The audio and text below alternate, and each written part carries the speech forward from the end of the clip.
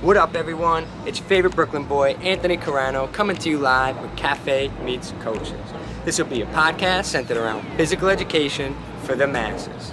We'll go over a range of different topics such as movement science, fitness planning, and how movement plays a role in the development of mind, body, and spirit.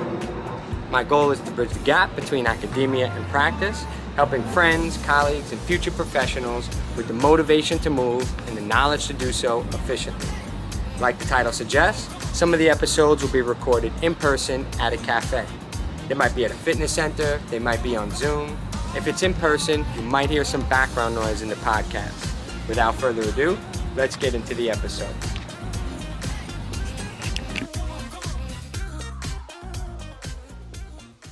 So welcome to my podcast. Thank you. Yeah. Thank you. Thank you for being on. So I met you through the climb and conditioning class at the Cliffs, and I saw your Instagram and it inspired me because I saw all the really cool things that you do. So more than just climbing, some mountaineering, I'll let you talk about it, but it looked really cool. The other big reason I wanted to have you on is most of the people I've had, maybe it's a professor, maybe it's somebody who has a professional background and you know, in a sport, but it's nice to bring on someone who works a 9-to-5, who's not a pro athlete, but still makes time for movement and still values movement.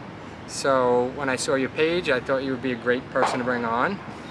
Getting a little bit of your perspective. You said you were born in India, you know, maybe the transition from there to here, what movement culture is like. So thank you very much for being on. Before we start, wow, how did I forget it again? I did this on one of my other episodes. I have an icebreaker card I usually start with. Oh, okay. So now I have to think of one off the top of my head. I did this with Neil too. Let's see what I remember. What was your favorite meal, or what's something that you like to do growing up? So could be anything, doesn't have to be related to movement. Okay, yeah, so favorite, I'm Indian, I think I'll stick to Indian food. Okay. Maybe biryani. Okay. Yeah, and wait, what's biryani? Biryani is kind of like a layered dish, so it's basically rice and then herbs and then a layer of chicken, like cooked in a lot of spices, slow cooked with saffron and a lot of spices. Okay, very nice. Yeah. And then I used to paint growing up. I think, you know, I was known as like, you know, somebody in my school. I would always get like called on the stage for, you know, awards and stuff like that. So I was not a person who used to move. Okay, okay. I used to be just sitting and like painting. I could sit on and like do it for hours together. Right, which is still a form of movement. It's not gross motor, it's not big movements, but yeah. So painting, cool. So tell me a little bit about your relationship with movement, growing up in India versus, I know you lived in a couple places, New York, India, where else did you live? Actually just 2 places, New York, India, and then during COVID I was like traveling, so I was in Alaska for like 2 years. Okay. Alaska got cold in winters, so I moved to Hawaii for 6 months, and then I spent some 6 months in South America, so it was pretty cool. Bouncing around. Yeah. So yeah, like tell me your relationship, I guess, with movement in India, or at what point did you start really incorporating movement in your life? And so to give you a background, like as a kid, like I used to be athletic, and like in ways like, you know, we would just be left in the evening. We had like, you have to be out of home like every evening for like 2-3 hours, and you just play around. So that was all the movement I had. I used to bike around, and like, you know, it used to be just like a small community, and all kids come together and play. So that was the only movement, like, you know, I would say. And in school we didn't have so much of it. Like honestly, like growing up in India, it's like so competitive when it comes to like academics. So like I was this nerdy kid, like you know, would be like always sitting on the first bench, teacher's favorite. So you know, that was my image growing up. I did like sports because, you know, like I would participate in like sports events, which would be just once a year in school. So it wasn't like something totally incorporated in the you know, curriculum. So it wasn't the most important thing. Most important thing was to study, like do your maths and science the best. You know, that's why you'll see so many Indians in like, you know, so many tech field and stuff like that, doctors, engineers. So yeah, like. So you didn't have movement every day in school? No, but like in evening I would go out and play with my friends. So that was kind of like, you know, fun. Like, you know, it wasn't very restrictive in so many ways. Like, you know, you can just go out and like play. Here, I think in developed countries, you're kind of like, you know, you have to go to a playground and particular time. It didn't used to be like that. You just go ring the bell and be like, hey, come on, let's play, you know. Yeah. That was the culture, you know, I grew up with, very happy. And then like eventually when I grew up and like got into college, things started getting more competitive and like more studies, like more, you know, putting in 10 hours in libraries and this and that, getting degree, and then getting into corporate life, which is again so competitive. So I did my engineering in India, and then I was working as a software engineer for 3 years. And then that's not enough. Like, you know, when you come from a middle class Indian family, you know, go for your masters, you know, do more. So like, you know, so I came to US for my masters like 9 years ago. I did my masters in computer science, and then again, like, you know, so much of rat race, competition. So it was all about like study, you know, career. And then eventually, like, you know, by the time I got my master's degree and like got a good job and settled in New York, you know, it was like, okay, you know, I always enjoyed movement. So I started like with just doing, you know, I had a 9 to 5, and then I would just do some yoga at home and just go to the gym, run on the treadmill, and that's all it was. And then, you know, one day I was like, okay, I do want to do weights, and I was like, you know, I want to strength train and stuff like that. And I joined the gym, and like, you know, I was going to these classes initially. This was like starting of 2020, and we all know, like, you know, like everything closed down. Right. And then that's when I decided to leave the city and move to Alaska. So the plan was done, like, you know, the strength training goal for 2020, which I set in January, didn't stay too long. And then I moved to Alaska. Just because it's so pretty out there. I worked remotely. I'm a software engineer, so I worked remotely. Got to work there? And yeah. Nice. Yeah, and then, you know, I'm like, I went alone, and like I'm meeting all these people. I'm connecting with the adventure community, hiking community. Nice. So like I always enjoyed outdoors, but I did not get so much exposure growing up because it was all about like, no, you got to study. That's the most important thing.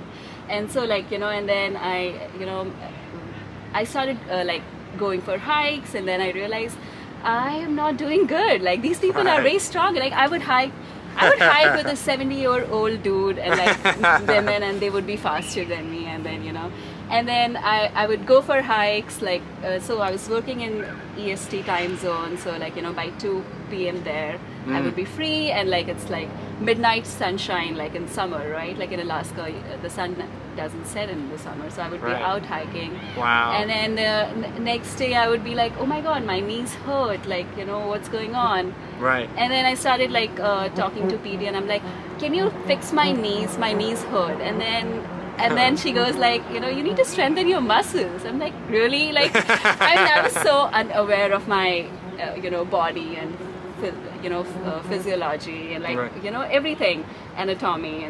And then she started putting me in some training, and I'm like, oh, I know nothing about my body. Like, so honestly, like the movement started like in a very you know, I was not informed about like my body and anything. And then with this physical therapy, I was like, oh my god, there's so much I don't know about my body, and especially like how to use my body correctly. And then eventually, like, the PD ended, and then, you know, I kept hiking and hiking. I got stronger, and then like I discovered like adventure sports side of like outdoors. So like I started like I felt like, you know, exploring outdoors with adventure sports was like so much cooler. And I would do like Alaska has this amazing adventure community. You like talk about whitewater rafting, talk about backcountry skiing, ski mountaineering, raft mountaineering, ski, include all the sports and jumble it up, and backpacking. Like every weekend I would be backpacking with like, you know, 30 pounds backpacks and like stuff like that. And yeah, I eventually, like, you know, doing it over the time and got stronger.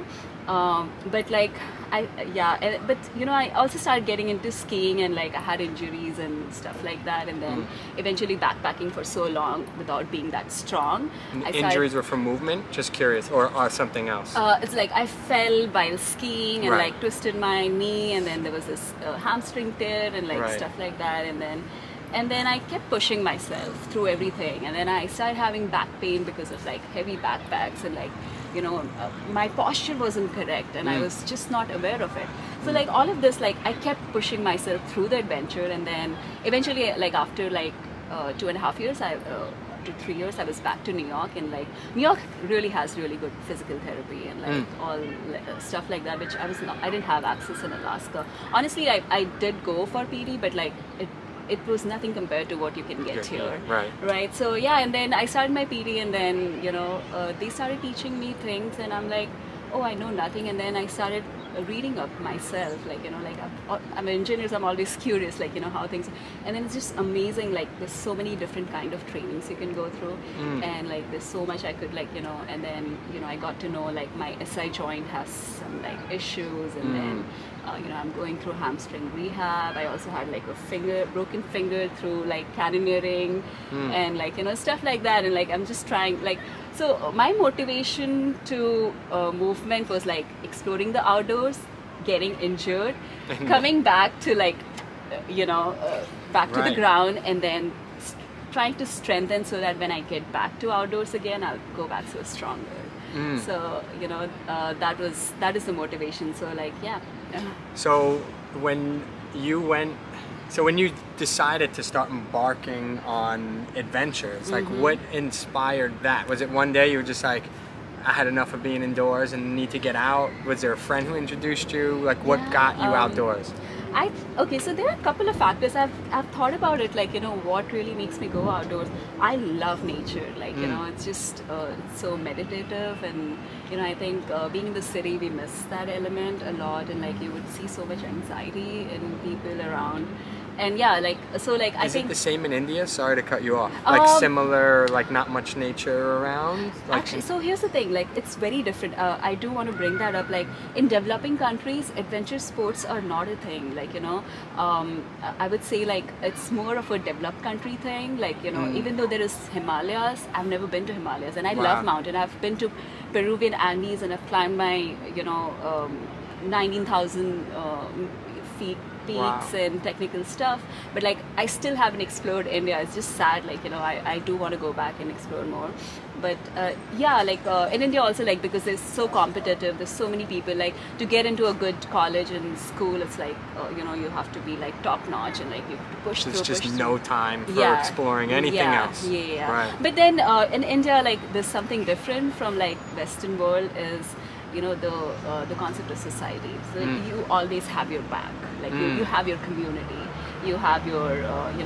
it's just a very tight, close-knit society. So kind of like with respect to mental health, I feel like it's way better than US, even though like you have like similar level of pressure, but like your therapist is right around you, like you have your community, you have festivity, so like you're always like around people. So I was having a conversation with someone the other day about like in America really teaches you survival, and it teaches you how to be a go-getter, it teaches you how to be tough, but one of the areas it lacks is a bit of that community piece. We all live in nuclear households. It's like two parents and kids, and the conversation came up around kids and how would you want your kids to grow up? And I said, well, I would want my kids to grow up more so like somewhere that's not teaching survival and toughness, although I still want to teach them that, but I guess let me explain what I mean by that. Like I want them to be in that community, like you said, like there's a community aspect. In America, you learn how to survive on your own, you learn how to survival of the fittest, and then maybe in some other places you learn that there's a community and you can bounce off of each other. The person that I was talking to is from a third world country, and they were saying, well, the one difficult thing is why would you want to come to America than, you know, if it was so good, but it was more so about attaining resources, right? Like knowing if a natural disaster happened, if something, you know, if a tornado knocked over my house, like if I have enough money in my bank account, I can fix that. Exactly. If I don't have that money, I can't fix that. So really, America teaches you how to attain resources well and preserve those resources. But then in doing that, it kind of lacks in those other areas. Right. So like if you can blend the two, how can I maintain this tribal society feel while attaining enough resources that if a natural disaster happened, we wouldn't starve, you know, and I could still feed my children. And so that balance of the two, I think, is still important. But there's no doubt that America lacks a bit of that community. You know, we're saying it takes a village to raise a child. It really should be a village that raises a child. My every summer vacations used to be with my grandparents. Like, you know, the best thing ever. US has been very isolating that way. I do have my community, but like I think maybe that kind of motivated me to get into outdoors. And then yeah, so like you know, like it's kind of very meditative, and like, you know, being with nature is so amazing, and like, you know, I'm so far away from my family. But you did say, so it is still, regardless of, so community as well, but it is still difficult to get outdoors, I guess, in India. The community is like, you know, like we have festivity, like community comes together and celebrate, like, you know, we dress up, we eat good food. Indians are all about food. Okay, good.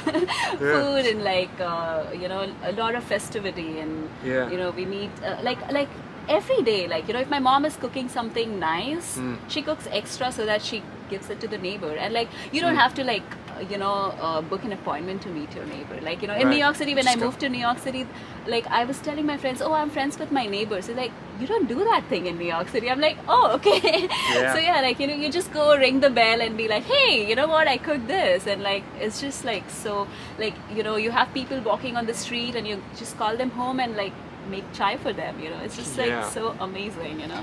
It's the everyday little things, you know. It's funny, like growing up as a Brooklyn kid, when you're on the poorer side, right? Like you're not growing up in the suburbs. I grew up in Brooklyn, and we used to do that a lot. We used to go ring each other's bells. You know, this is before video games, before all that. Yell at the window, hey, come outside. We'd play football, you know. We'd go, we call it behind the movie theater, because it used to be a movie theater, now it's a supermarket. But we'd go behind the movie theater in the street, we'd play football. If a car was coming, we'd just yell out, car! Like, and, you know. Right? Simpler days. And we had that. But then a lot of people, as they get older, they move to Jersey, they move to Long Island, and then they go into that nuclear household and the suburbs, and you start to lose that community again. So I think even in Brooklyn, it seems like the poorer you are, maybe the more community you have, whether that's good or not, I don't know. You know, like, I'm sure some places, if everybody's poor and we're, you know, have to compete for resources, it could be a problem. But luckily we had food on the table, you know, so we weren't fighting each other. For the most part, you still broke it every once in a while. Community is more about having food in the table, and even though if it's little, you share, you know, that's the community, like, you know, and I'm like, so like I think growing up in India, I never realized, like, you know, how lucky I am today to be an Indian, grow up in that culture. Like after coming here, like it's like, oh my God, like, you know, I'm really blessed, you know, to be, you know, being Indian and growing up in India. Of course. Yeah. So here's a question for you. If you were still in India and you didn't come to New York City, do you think there still would have been a point where you wanted to explore the outdoors or learn about your body? You know, I don't think I would have even like got into that direction. Like my life would have looked very different. So I think it's just I visited Alaska like 6 years ago, like right after I graduated from my you know, my university in New York, upstate New York, and then I was like, oh, I want to do a 1 week trip. And and it just stuck to me. And then I was like, during COVID, I was like, I can work from anywhere, so where can I go? I had to be in US, you know. I could not go out of the country. I'm like, Alaska is the prettiest land in the US, so why not? So I just packed my bag, sublet my apartment, and just flew all by myself. So the motivation for an activity came first, and then I think what you said before was, due to getting injuries, you were then inspired to learn more about your body. Exactly. Right. I think, you know, right now if somebody has to ask me what motivates me for movement, that's what I was gonna ask. It's just to use my body correctly, because you know, also like I'm 35, and I feel like I see more of injuries like now, you know, like if I'm like sitting in a bad posture, and I do a desk job, right? So like you know, there are so many people, so many of my friends are kind of getting surgeries, like you know, they have like spine issues, shoulder issues, and like they have like so much pain and stuff like that, and like it's just scary, like, you know, because they are what I am, like, you know, like, you know, so like just to use, a lot of people don't know how, like, honestly, like I'm still learning so much, like how to use your muscles correctly. So I currently have like tennis elbows because of climbing, because I wouldn't use my back muscles so much, and like, you know, so like so many things, like, you know, which muscles to use, when to use, you know, you have to protect your lower back, you know, you have to strengthen your glutes, and like you have to strengthen your legs to protect your knees, like just simple things. Yeah, I think something important there is, though, the motivation to move came from being passionate about something first. And then, you know, maybe whether it's you're trying to excel in that passion, or whether you're getting injured in that passion, but it was finding the passion first, and then the fitness came second. Exactly. And I think that's important for people to know. Like, I usually tell individuals, you know, we often think of fitness in America and it's go to the gym, lift, all those things, which is still good. Like, you do need strength, and you do need, you know, lifting can help. But I think the first step is finding passion with some type of activity. You know, what inspires you to move? Do you want to get outdoors? Do you want to dance? Do you want to climb? Do you want to, whatever it might be. And then from there, once you have that goal, and maybe it's just, I want to look better. You know, some people, that fine. You know, you want to go bodybuilding pro, whatever. But that's what, like, I see, like, okay, this is kind of, you know. No, go, a lot of, you'll see, like, a lot of married people, once they are married, they just give up on fitness. Like, I know so many of my friends who are like, okay, I'm married, like, you know, they were like really motivated before getting married for the wedding day to look really good, and then they're like, you know, no more fitness stuff. So it's kind of, you know, I think it should be more, you know, within you to like get fit. And you know, for me, like, also, like, one of the most important factors, because like I was starting to get into adventure sports, a lot of times, like, you have to trust your body at a lot of situations. See, like, you're walking on a ridge line which has like 1,000 feet drops, right? And like, if your legs are not strong, like every movement, like every step you take, right, you're like kind of risking your life. Like, I do whitewater rafting, and like, you know, if I cannot swim strongly and I'm like out of my boat, I need that confidence to like be like, oh, my body got this, you know. I can't be like, oh my god, my back hurts and I'm gonna die. Like, you know, it's just like, and also like I feel like to be a part of adventure community, like, you know, you can't be the weakest person in the link, right? Like, because you're kind of bringing back the whole group. And so I realized that, like, so yeah, like my first week in Alaska, I go for a hike. I met these group of women, wild Alaskan women, you know. It was a meetup group, and like they're like, oh, we're gonna climb this mountain. I'm like, oh yeah, I'm gonna climb. And like, I literally froze on that mountain for like you know, my legs, like, I looked down. I have fear of heights, so you know, I looked down, and I used to have fear of heights. Like, I've come a long way. You climb now, so so, and then I froze, and it was kind of like a very embarrassing experience, because they would have gone back and been like, oh, that New York girl from New York just came, and like, you know, she couldn't do things. And like, I feel like, you know, you have to be at certain fitness level to be like, okay, you know, I want to get out there and do things. So that's but I love the fact that the passion for the outdoors was first.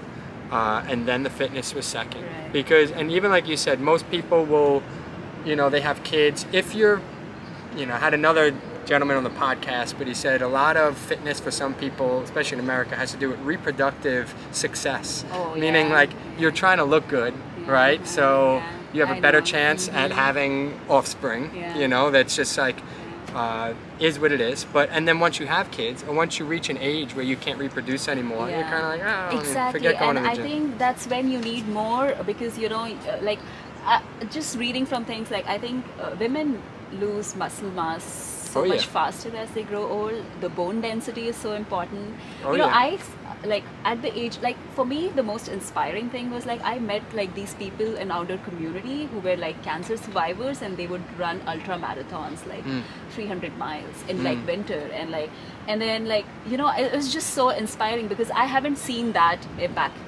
in my, you know, home country growing up. Like, you know, old age means you're supposed to be like, you know, less mobile, like, you know, you can't move around, you can't do things, you need to be taken care of. So that was like one of the most inspiring thing for me, which kind of doesn't exist in my culture, like honestly. Like, you know, my parents are just like in their early 60s, and they think that they're like 80-year-old, and I have to keep telling them, listen, I go hike with like 80-year-old man, and like he runs faster than me, you know.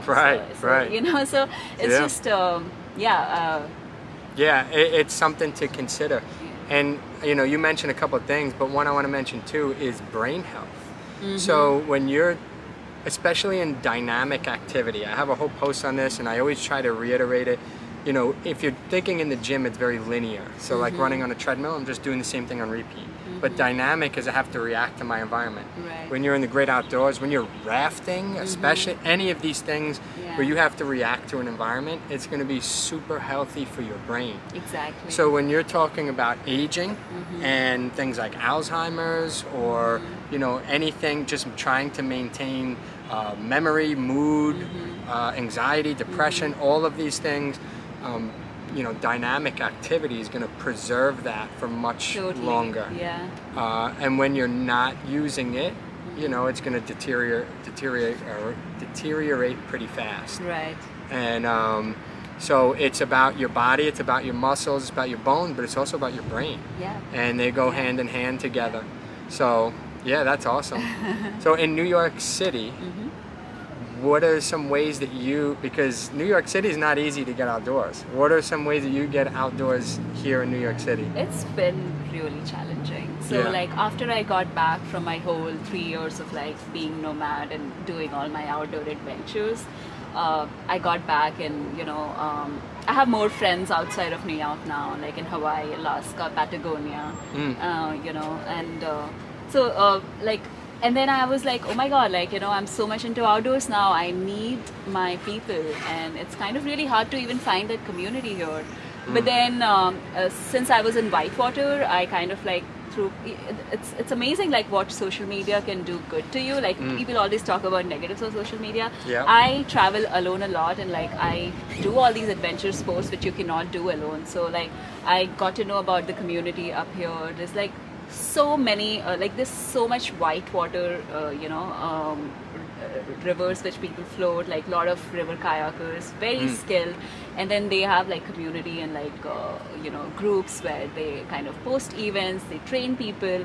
So I connected with one of those, and like, but then again, getting out of city is so hard. Like I don't have a car. Like when I moved to New York City, I gave up on my car, and you know, it's just been hard. But like, you know, you need a lot more motivation here to get outside of the city. So a lot of times I would be like, hey, maybe I'll just go and climb. I don't think I want to like you know, be in subway for this long. Something which can like, if you have like, you know, if you're in a different town which has more outdoor access to the mountains and rivers, like, you know, you can do things, just drive 3 hours instead of like driving 5 hours, and like, you know, it's just more tiring to be have your heavy back. Like honestly, when I do take my backpack and I would be on the subway with like a big backpack, I think most of the people think I'm homeless, or I don't know, like, you know, it's just like it's just people are not in that, you know, mindset, like, right? Like, and then it's just I say that like I do crazy things all the time.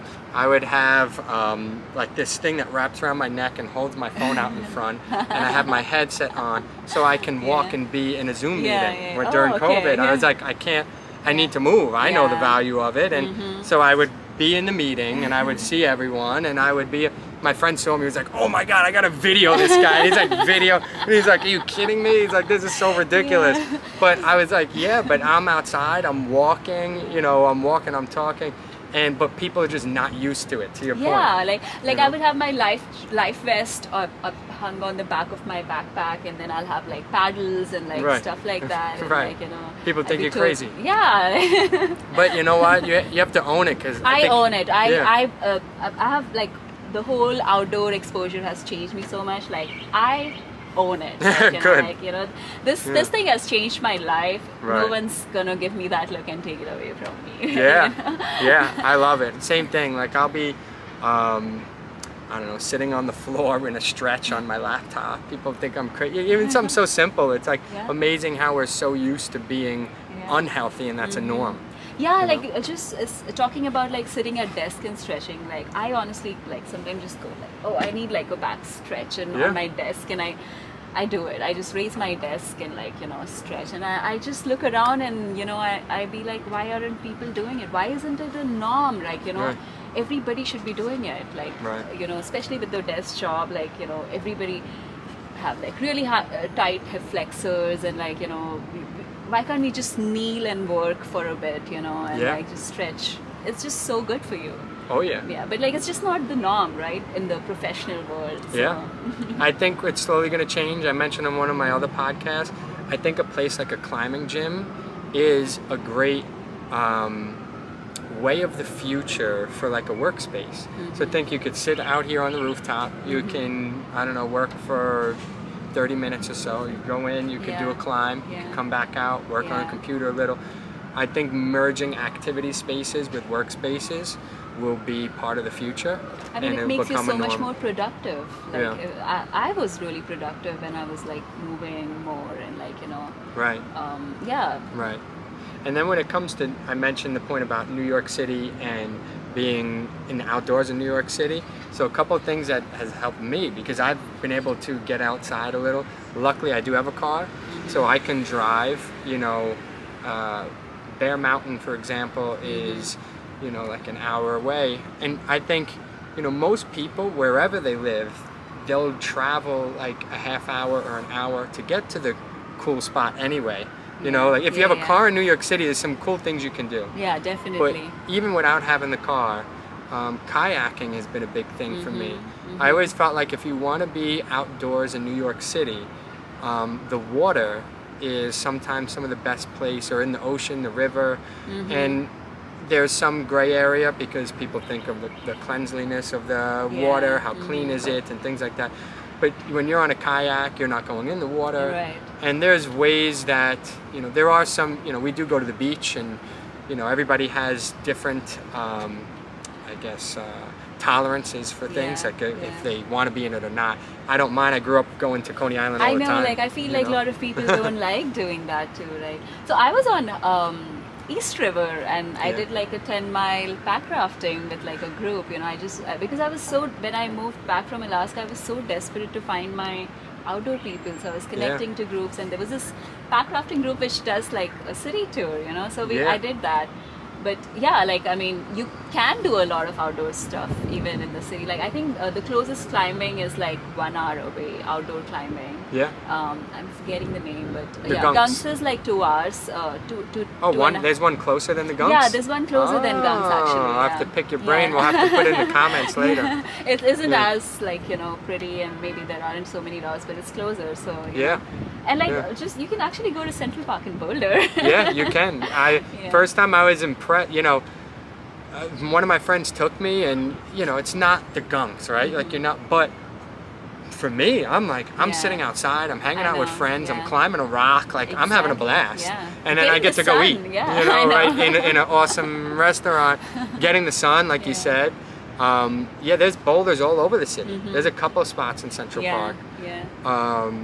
But yeah, and mixed with things like kayaking. When I was Yeah. growing up, I walked out of my house. One day I saw a guy kayaking by my house, and I said, I had no idea that you could kayak here. You know, I was just a very ignorant, There's you so know, many Brooklyn kid when it urban comes to that. urban kayaking routes, like, and Yeah. it's just so different because I honestly enjoyed it. My trip on the East River, it was like slow moving water, but like it was just so different. You can even do that on Hudson. You can float from say from the city to Staten Island, and there's also like really cool stuff you can do, like there's like a shipwreck you can actually float around that.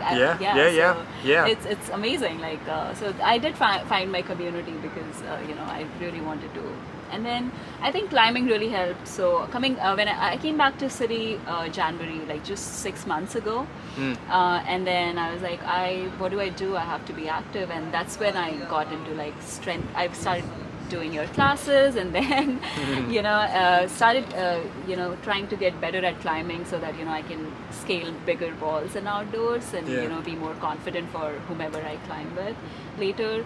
And so like I came with goals, like okay, I'm gonna upgrade my climbing. I'll be more confident with my lead climbing, and then I'll get more do more yoga, like deepen in my postures, and strengthen, like overall build muscles, and like honestly, like it's kind of going well, because that's the thing about New York City. You have a lot of options if you want to get stronger and keep moving.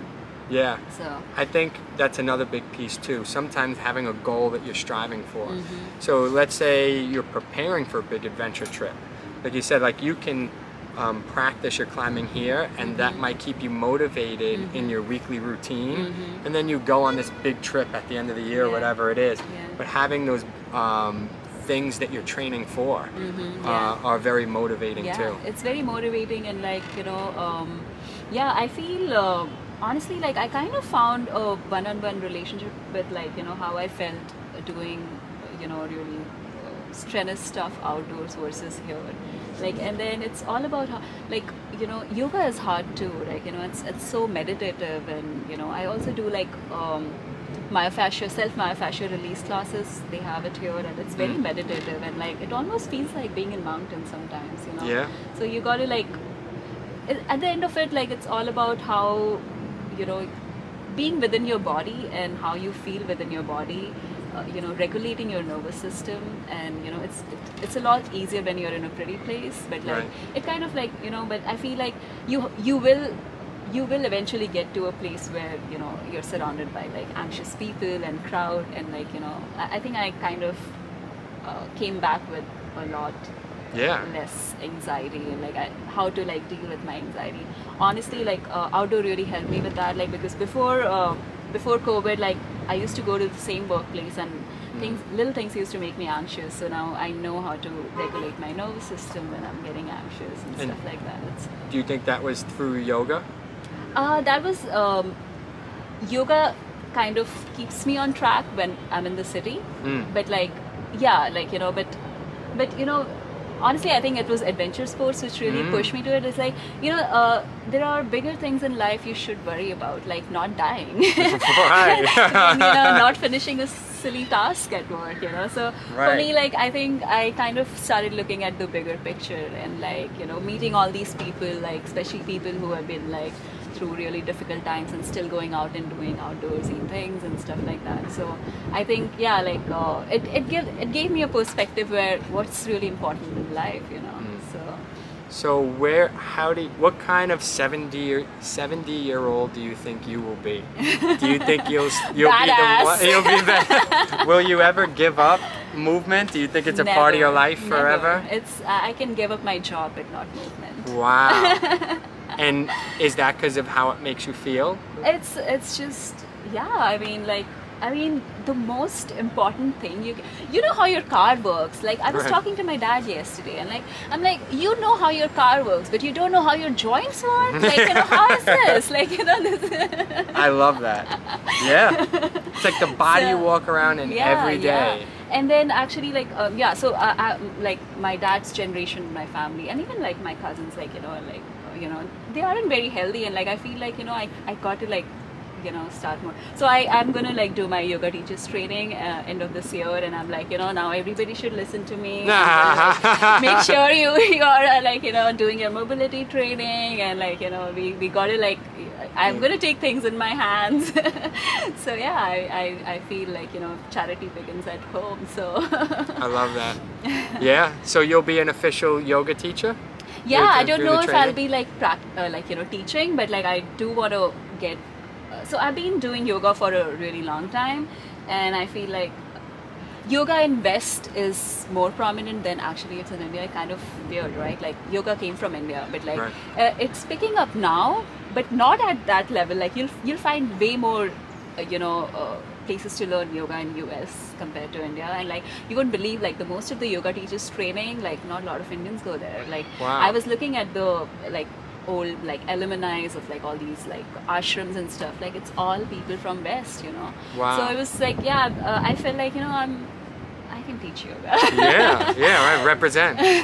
Yeah. So most people don't do yoga in India? No. Oh wow. Wow, look at that. I started doing yoga after coming here. I mean, it's kind of changing now with our generation, like people are getting out there and doing it, but like honestly, like while I was growing up, like I didn't have that much exposure to yoga. Like it's just, it has picked up. I think it also is like kind of a business which has picked up here, right? Like it's like, I think it's a pretty big, billions of dollars of industry. So, and like I feel like in developing countries you don't see that, right? Right. So yeah. So what's your next big adventure? Do you have one? I have so much in my mind. Like I'm just waiting to. I hope my boss doesn't see this. I'm waiting to leave my job and just be like. So I. But you can work. You work remote. Yeah, right? like my current job doesn't let me do it. So they wanted me back in office. Gotcha. That's the only reason I came back to New York. But I'm so happy I did, because like the way I've learned about my body in the past 6 months, it's been so amazing. But yeah, like I'm moving to Canada, and the idea is to be like probably move into a van. And then like live in these mountain towns for a few months in a stretch, and like just climb with the outdoor community, ski in winters, pick up more adventure sports, like be part of community, like canyoneer, like so I have during past 3 years I met up with a lot of adventure groups, and like I already know so many mountaineers, and like and like so I think I'm just gonna do that, and I want to do it alone. I love that. Yeah, that's actually probably the best future, right? I said like if you can work remote in a climbing gym, but if you could work remote in a van and be next to a mountain, right? Think about taking your break there. I'll be the most productive person in the whole company. Right. Yeah. I think with all these Starlink and stuff, like I already have like a plan of like what kind of what kind of van I want to build, what towns I want to spend time in. I also want to do like a really long trip, because I love South America. There's like Chile is amazing, Peruvian Andes is amazing. So eventually like maybe drive, down south. I find it interesting you say alone. We talked before about community. Any reason you would want to do it alone, or do you feel like you still have your community in the adventure? I feel I've never been alone, because like I travel solo, but like wherever I go, I have like I become the part of community. That's why I told you like I want to go and live in a place and not just visit the place, right? So earlier when I was like a typical New Yorker, I would fly to Europe for like 3 days and like get all the nice Instagram pictures and come back. Right. But now I've understood the importance of being in like a place and living there, and like that's what I did in Alaska, and then Hawaii. I was there for like 4-5 months. Like I connected to indulge. Indulge. It's just so amazing, and so I feel like I have my community wherever I go. Like and that's the mindset I go with, and I think love it. The world is your home. Yeah, I know. Like, world is my home. I'm also like very. I'm not an introvert, as you can see. Right. So it kind of helps. Right. Honestly, being a woman also helps. Yeah. It definitely helps. People have been inclusive. Even like in the whitewater community, there are a lot of women, and like they've been very welcoming, like teaching you and stuff. And I also, honestly, I like to connect with a lot of outdoorsy women, like and like. I would try finding more Indians, because you won't find Indians in outdoor community. When I find one, I'm like, oh, we are friends for life. We got to travel together. I have to introduce, I'm forgetting the name offhand and I feel horrible, but I know them as the Twin Climbers. Do you know them? I know, you know, they are friends with one of my climber friend. He runs tours in Nepal, and yeah, I know whom you're talking about. Like they were on yeah. the TV show. Yeah, I follow them on Instagram. Yeah, so they do a lot of the stuff that you do. And see, that's what I'm trying to say. Like, that's the amount of Indians around. Like, you know them, I know them. Right, it's true. Yeah, it's not easy. It's good to be able to represent as well. I know, yeah. Especially like I feel like you know, I've been trying to connect with more Indian women in outdoor community, and it's Instagram has been really helpful. Yeah. So yeah, I mean, this was awesome. Are there any final things? Like, I hit most of the questions I wanted to hit. Was there anything that you wanted to share that maybe I didn't go over, or? I just want to say what you're doing is amazing. Thank you. Like, you know, and you do it with so much passion, and like it's just amazing. I learned so much from your classes, and you do it for kids. So like, you know, I feel like you're kind of training. They're not gonna be me, like who at the age of 30 go like, oh, I need to know more about my body and movement, you know. Right. They're gonna learn it right from the beginning, so it's amazing, like, you know. And yeah, like everybody should move. Oh, this was the last thing I just wanted to say. What are some of those organizations? Like, if someone wanted to be a part of them, like I could also put it in the description. But like, do you have any off the top of your head? You mean to say outdoor organization? Yeah, like if someone wanted to find them on Instagram. Okay, so here's the thing. So Instagram handle helps a lot, but then Facebook has groups for everything. So if you go and like look up, like, you know, you can even find mushroom pickers in like upstate New York. Like, you know, it's just so diverse. Like, you know, you can find a group for anything and everything, like literally. So like if you just go to Facebook, this is how I got to do it. Like, you know, when I'm going to a new place, say Hawaii, and I was like, oh, I'm going to be in Oahu, and like, you know, I would just look hiking Oahu, you know, just type 2 keywords and you'll see all the list of like, you know, groups. Join those groups, post, ask people, read, you know, who are the people, what are the common hikes, and like I feel it's amazing. Like, you know, Facebook groups are amazing, meetups are amazing, meetups.com, and then, you know, I think even like when I was in Alaska, I used to be scared to hike alone because of all the grizzly bears. So I would just go to like parking lot, park my car and wait for somebody to come, and I would just be like, can I hike with you guys? Like, you know, this is how I started. That one lucky guy was like, really? Yeah, sure. So I mean, you have to like just go and throw yourself out there to like chase your passion, I feel, and you know, yeah. It'll come. Yeah, you always don't have to know how. Yeah, you just have to want it and look for it. You just have to want it, and like, you know, you'll find ways. Yeah. So yeah, awesome. I appreciate you being on. Yeah, thank you so much for having me. Yep, very inspirational. I'll share your Instagram so people could see the cool stuff you're doing. What part of Canada will you be in? So because my office is going to be in Toronto, and you know, so initially Toronto, but like eventually British Columbia is where the mountains are. I went to Banff National Park. That's so pretty. Right? That's what I was thinking of when you said being by the mountains and gorgeous. So yeah, maybe someone listening will come visit you. I know. We can raft. Yeah, there you go. So thank you again so much for being on. I appreciate you. Thank you. You're inspirational, and like I said, I'll share your stuff so everybody can follow you too. So thanks.